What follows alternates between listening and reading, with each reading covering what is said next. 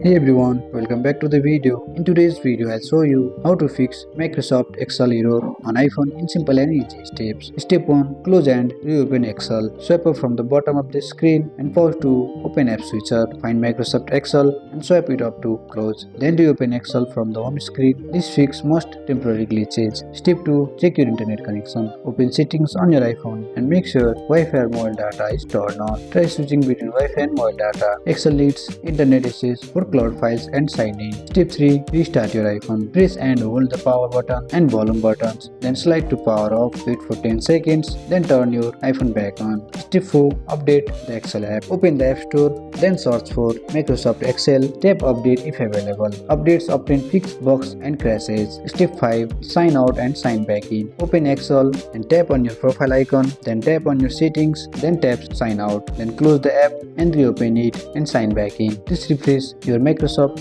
account connection. Step 6. Final check. Open Excel and try opening or creating a file. The error should now be resolved. And that's how you can fix Microsoft Excel error on an iPhone, and that's it. I hope you like this video. If you find this video helpful, drop a like, subscribe to our channel. See you in the next video.